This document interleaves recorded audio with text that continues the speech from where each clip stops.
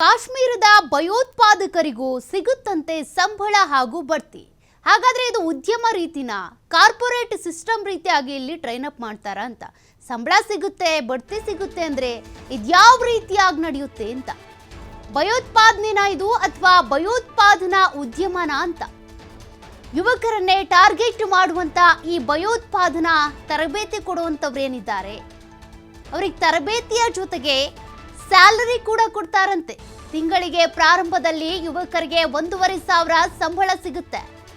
ಬಳಿಕ ದೊಡ್ಡ ಹುದ್ದೆಗೆ ಏರ್ತಾ ಇದ್ದಂತೆ, ಅಂದ್ರೆ ಆ ಹುದ್ದೆಗೆ ಸೇರ್ತಾ ಇದ್ದಂತೆ, ಅವಾಗ ಟ್ರೈನಿ ಆಗಿರ್ತಾರೆ. ಟ್ರೈನಿ ಆಗಿದ್ದಾಗ 1,500, ಹುದ್ದೆಗೆ ಏರ್ತಾ ಇದ್ದಂತೆ 20,000ಕ್ಕೆ ಸಂಬಳವನ್ನ ಏರಿಕೆ ಮಾಡ್ತಾರಂತೆ. ಕಾರ್ಪೊರೇಟ್ ಸೆಟಪ್ ನಲ್ಲಿನ ಕೆಲಸದಂತೆನೆ ಟ್ರೈನ್ ಅಪ್ ಮಾಡಲಾಗುತ್ತೆ ಇವರಿಗೆ.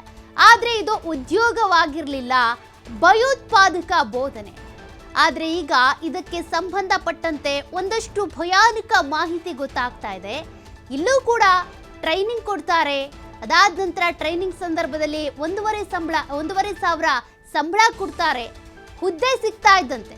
ಇದೇನು ಭಾರಿ ದೊಡ್ಡ ಹುದ್ದೆ ಅಲ್ಲ, ಭಯೋತ್ಪಾದಕ ಅನ್ನುವಂತ ಹಣೆಪಟ್ಟಿ, ಭಯೋತ್ಪಾದನೆ ಮಾಡುವವರು ಉಗ್ರರು ಅನ್ನುವಂತ ಹುದ್ದೆ ಸಿಗ್ತಾ ಇದ್ದಂತೆ 20,000 ಸಂಬಳವನ್ನ ಏರಿಕೆ ಮಾಡಲಾಗುತ್ತಂತೆ.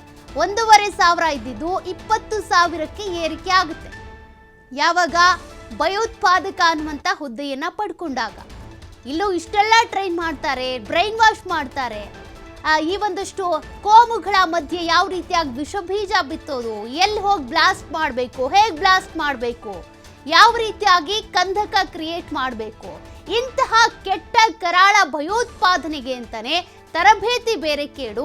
ಆ ತರಬೇತಿಯ ಸಂದರ್ಭದಲ್ಲಿ ಸ್ಯಾಲ್ರಿ, ಹುದ್ದೆಗೆ ಬಂದ ತಕ್ಷಣ ಭಯೋತ್ಪಾದಕ ಅಂತ ಪಟ್ಟ ತೆಗೆದುಕೊಂಡ ತಕ್ಷಣ ಆತನಿಗೆ 20,000 ಸಂಬಳ ಫಿಕ್ಸ್ ಮಾಡ್ತಾರಂತೆ. ಯಾವ ರೀತಿಯಾಗಿ ಟ್ರೈನ್ ಅಪ್ ಆಗುತ್ತೆ ನೋಡಿ. ಭಯೋತ್ಪಾದನಾ ತರಬೇತಿಗೆ ಸಂಬಂಧಪಟ್ಟಂತೆ ನೀವು ಒಂದಷ್ಟು ಡೀಟೇಲ್ಸ್ ಅನ್ನ ನೋಡುವುದಾದ್ರೆ, ಭಯೋತ್ಪಾದಕರ ಈ ಕರಾಳ ಮುಖವನ್ನ ಬಾಲಕ ಬಿಚ್ಚಿಟ್ಟಿರುವಂಥದ್ದು. ಇಲ್ಲಿ ಟ್ರೈನ್ ಅಪ್ ಮಾಡ್ತಾರೆ. ಟ್ರೈನಿಂಗ್ ಸಂದರ್ಭದಲ್ಲಿ 1,500 ಸಂಬಳ ಕೊಡ್ತಾರೆ.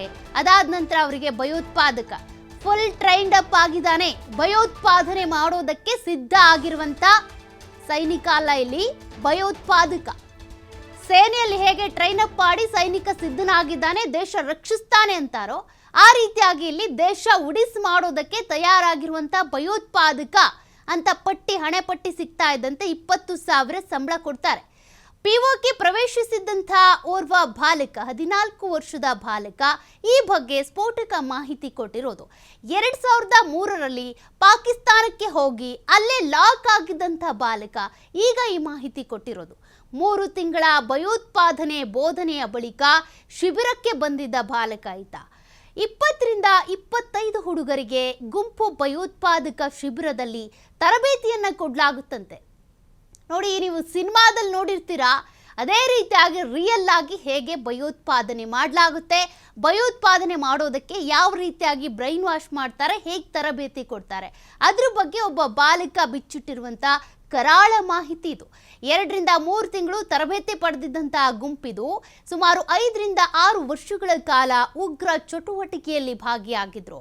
2012ರಲ್ಲಿ ಭಾರತೀಯ ಸೇನೆಗೆ ಶರಣಾಗಿದ್ದಂಥ ಉಗ್ರ ಭಯೋತ್ಪಾದನೆಗೆ ಹೆದರಿ ಸಹಜ ಜೀವನದತ್ತ ಮರಳಿದ್ದ ಆ ಬಾಲಕನಿಂದ ಇಷ್ಟೆಲ್ಲ ಮಾಹಿತಿ ಈಗ ಬಹಿರಂಗ ಆಗಿದೆ.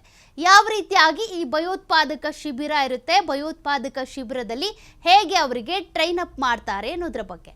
ಇದೆಲ್ಲದರಿಂದ ಕೂಡ ಬೇಡ ಅಂತ ಆ ಒಂದು ಭಯೋತ್ಪಾದನೆಯಿಂದ ವಿಮುಖನಾಗಿ ಸಹಜ ಜೀವನದತ್ತ ಬಂದಿರುವಂಥ ಬಾಲಕ ಕೊಟ್ಟಿರುವಂಥ ಮಾಹಿತಿ ಇದು. 5ರಿಂದ 6 ವರ್ಷಗಳ ಕಾಲ ಅದಕ್ಕೆ ಅಂತ ಒಂದು ಶಿಬಿರ, ಟ್ರೈನ್ ಮಾಡೋದಕ್ಕೆ ಅಂತ ಒಂದಿಷ್ಟು ಜನ, ಅದಕ್ಕೆ ಬೇಕಾಗಿರುವಂಥ ಒಂದಷ್ಟು ಸಮಯ, ಸ್ಯಾಲ್ರಿ, ಇದೆಲ್ಲವೂ ಕೂಡ ಆ ಒಂದು ಟ್ರೈನಿಂಗ್ ಸಂದರ್ಭದಲ್ಲಿ ಇರುತ್ತೆ. ಇನ್ನು ಭಯೋತ್ಪಾದಕ ಶ್ರೇಣಿಗಳನ್ನು ನೋಡೋದಾದ್ರೆ, ಸೈನ್ಯದಂತೆಯೇ ತರಬೇತಿ ಕೊಡ್ತಾರೆ. ಅಲ್ಲಿ ಉಳಿಸೋದಕ್ಕೆ ಮಾಡೋ ತರಬೇತಿ, ಇಲ್ಲಿ ಹಾಳು ಮಾಡೋದಕ್ಕೆ, ಸಾಯಿಸೋದಕ್ಕೆ ಕೊಡೋ ತರಬೇತಿ. ಭೂಗತ ಭಯೋತ್ಪಾದಕ ಬೋಧನೆ ಇದು. ಭದ್ರತಾ ಪಡೆಗಳಂತೆಯೇ ಪಾತ್ರಗಳನ್ನ ನಿಯೋಜನೆ ಮಾಡಲಾಗುತ್ತೆ. ಭಯೋತ್ಪಾದಕರ ಗುಂಪನ್ನ ಜಿಲ್ಲಾ ಕಮಾಂಡರ್ಗಳಾಗಿ ವರ್ಗೀಕರಿಸ್ತಾರೆ. ಅಲ್ಲಿ ವರ್ಗಗಳನ್ನ ನೀವು ನೋಡೋದಾದ್ರೆ, ವರ್ಗ ಸಿ ಇದು ಹೊಸ ಅಥವಾ ಕಡಿಮೆ ಚಟುವಟಿಕೆಯ ಸದಸ್ಯರು. ವರ್ಗ ಬಿ 6 ತಿಂಗಳು ಅದಕ್ಕಿಂತ ಹೆಚ್ಚು ಕಾಲ ಸಕ್ರಿಯರಾಗಿರುವವರು.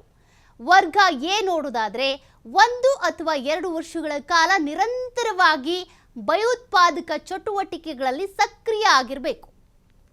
ಇನ್ನು -A +A ಈ ರೀತಿಯಾಗಿ A++ ಹೆಚ್ಚಿನ ಮೌಲ್ಯದ ಅಥವಾ ಆಳವಾಗಿ ತೊಡಗಿಸಿಕೊಂಡಿರುವಂಥವರ A+ ಹಾಗೂ A++ ಇವರು ಹೆಚ್ಚಿನ ಮೌಲ್ಯದ ಆಳವಾಗಿ ತೊಡಗಿಸಿಕೊಂಡಿರುವ ಕಾರ್ಯಕರ್ತರು. ಇಲ್ಲಿ ನಾವು ಮಾತಾಡ್ತಿರೋದು ಆಶಾ ಕಾರ್ಯಕರ್ತರ ಬಗ್ಗೆ ಅಲ್ಲ, ಅಥವಾ ಯಾವುದೋ ಪಕ್ಷದ ಕಾರ್ಯಕರ್ತರ ಬಗ್ಗೆ ಅಲ್ಲ, ಉಗ್ರ ಚಟುವಟಿಕೆಗಳಲ್ಲಿ ಭಾಗಿಯಾಗುವಂಥ ಕಾರ್ಯಕರ್ತರು. ಅದರಲ್ಲಿ A, B, C, A++ ಅನ್ನುವಂಥ ವರ್ಗಗಳಿರುತ್ತಂತೆ. ಅಂದರೆ ಅದರಲ್ಲಿ ಕಡಿಮೆ ಚಟುವಟಿಕೆಗಳಲ್ಲಿ ಭಯೋತ್ಪಾದಕ ಚಟುವಟಿಕೆಗಳಲ್ಲಿ ಭಾಗಿಯಾಗೋರು, ಹೆಚ್ಚಿನ ಭಯೋತ್ಪಾದಕ ಚಟುವಟಿಕೆಗಳಲ್ಲಿ ಭಾಗಿಯಾಗೋರು, 1 ರಿಂದ 2 ವರ್ಷ ಸಕ್ರಿಯ ಆಗಿರೋರು, 1 ವರ್ಷ ಸಕ್ರಿಯರಾಗಿರೋರು, ಜಾಸ್ತಿ ಹೆಚ್ಚಿನ ಮೌಲ್ಯದ ಅಥವಾ ಆಳವಾಗಿ ಭಯೋತ್ಪಾದಕ ಚಟುವಟಿಕೆಯಲ್ಲಿ ತಮ್ಮನ್ನು ತಾವು ತೊಡಗಿಸ್ಕೊಂಡಿರೋರು. ಅಂದರೆ ಈ ಆತ್ಮಾಹುತಿ ಬಾಂಬ್ಗೆ ಇದು ಆಗ್ತಾರೆ ನೋಡಿ, ಅಂದರೆ ತಾವೇ ಬಾಂಬನ್ನು ಕಟ್ಕೊಂಡು ಬಂದಿರ್ತಾರೆ, ಅಲ್ಲಿ ಒಂದಷ್ಟು ಜನರನ್ನ ಅಥವಾ ಜಾಗಗಳನ್ನ ಉಡಿಸ್ ಮಾಡ್ತಾರೆ. ಆ ಮಟ್ಟಕ್ಕೆ ಭಯೋತ್ಪಾದಕ ಚಟುವಟಿಕೆಗಳಲ್ಲಿ ಭಾಗಿಯಾಗಿರ್ತಾರಲ್ಲ, ತಮ್ಮನ್ನೇ ತಾವು ಅರ್ಪಣೆ ಮಾಡ್ಕೊಂಡಿರ್ತಾರಲ್ಲ, ಅಂಥವ್ರನ್ನ A++ ಅನ್ನುವಂಥ ಗ್ರೇಡ್ನಲ್ಲಿ ಗುರುತಿಸಲಾಗುತ್ತೆ. ಇದು ಭಯೋತ್ಪಾದಕ ಚಟುವಟಿಕೆಗಳು ಹೇಗೆ ನಡೆಯುತ್ತೆ ಅಂತ. ಅಲ್ಲಿ ಟ್ರೈನಿಂಗ್ ಕೊಡ್ತಾರೆ.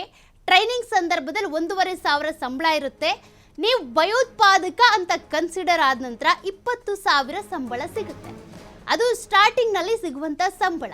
ನಂತರ ನೀವು 1 ವರ್ಷ, 2 ವರ್ಷ, 3 ವರ್ಷ ಹೀಗೆ ನಿರಂತರವಾಗಿ ನಿಮ್ಮನ್ನು ನೀವು ತೊಡಗಿಸ್ಕೊಳ್ತೀರಾ ಆ ಭಯೋತ್ಪಾದಕ ಚಟುವಟಿಕೆಯಲ್ಲಿ, ಆಳವಾಗಿ ನಿಮ್ಮನ್ನು ನೀವು ತೊಡಗಿಸ್ಕೊಳ್ತೀರಾ ಉಗ್ರರು ಭಯೋತ್ಪಾದಕ ಚಟುವಟಿಕೆಗಳಲ್ಲಿ ಅಂದಾಗ ಅವರ ಹಣ, ಐಷಾರಾಮಿ ಜೀವನ, ಅವರ ಅಲ್ಲಿಂದ ಇಲ್ಲಿಗೆ ಓಡಾಟ ಇರ್ಬೋದು, ಸಂಚಾರ, ಪ್ರಯಾಣ, ಇದೆಲ್ಲವನ್ನು ಕೂಡ ನೋಡ್ಕೊಳ್ಳೋರೇ ಬೇರೆ.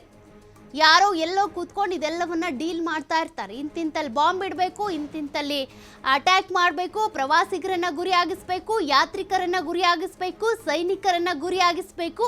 ಅವರನ್ನ ಆಪರೇಟ್ ಮಾಡೋರೇ ಬೇರೆ, ಟ್ರೈನ್ ಅಪ್ ಮಾಡೋರೇ ಬೇರೆ, ಟ್ರೈನ್ ಅಪ್ ಮಾಡುವವರನ್ನ ನೋಡ್ಕೊಳ್ಳೋರಂಥ ಸೂತ್ರಧಾರಿಗಳೇ ಬೇರೆ. ಈ ರೀತಿಯಾಗಿ ಭಯೋತ್ಪಾದನೆ ನಡೆಯುತ್ತೆ. ಒಂದು ರೀತಿ ಉದ್ಯಮ ಆಗ್ಬಿಟ್ಟಿದೆ ಇದು. ಇಂತಿಷ್ಟು ಕೊಡೋದು, ಇಷ್ಟಿಷ್ಟು ಸ್ಯಾಲ್ರಿ ಫಿಕ್ಸು, ಯಾರು ತಮ್ಮನ್ನು ತಾವು ಪೂರ್ತಿಯಾಗಿ ಅರ್ಪಣೆ ಮಾಡ್ಕೊಳ್ತಾರೋ ಅವ್ರಿಗೆ ಎಷ್ಟು ಕೊಡಬೇಕು, ಅವರು ಸತ್ತ ನಂತರ ಅವ್ರ ಕುಟುಂಬಕ್ಕೆ ಎಷ್ಟು ಕೊಡಬೇಕು, ಹೀಗೆಲ್ಲ ಕೂಡ ಸೇನೆಯಲ್ಲಿ ಹೇಗೆ ಅಫಿಷಿಯಲ್ ಆಗಿ ಮಾಡ್ತಾರೋ ಆ ರೀತಿಯಾಗಿ ಇವರು ಅನ್ಅಫಿಷಿಯಲ್ ಆಗಿ ಬೇರೆ ಬೇರೆ ದೇಶಗಳನ್ನು ಟಾರ್ಗೆಟ್ ಮಾಡಿಕೊಂಡು, ಬೇರೆ ಬೇರೆ ದೇಶಗಳ ಪ್ರವಾಸಿ ತಾಣಗಳನ್ನ ಟಾರ್ಗೆಟ್ ಮಾಡಿಕೊಂಡು ಮಾಡುವಂಥ ಭಯೋತ್ಪಾದನೆ ಇದು.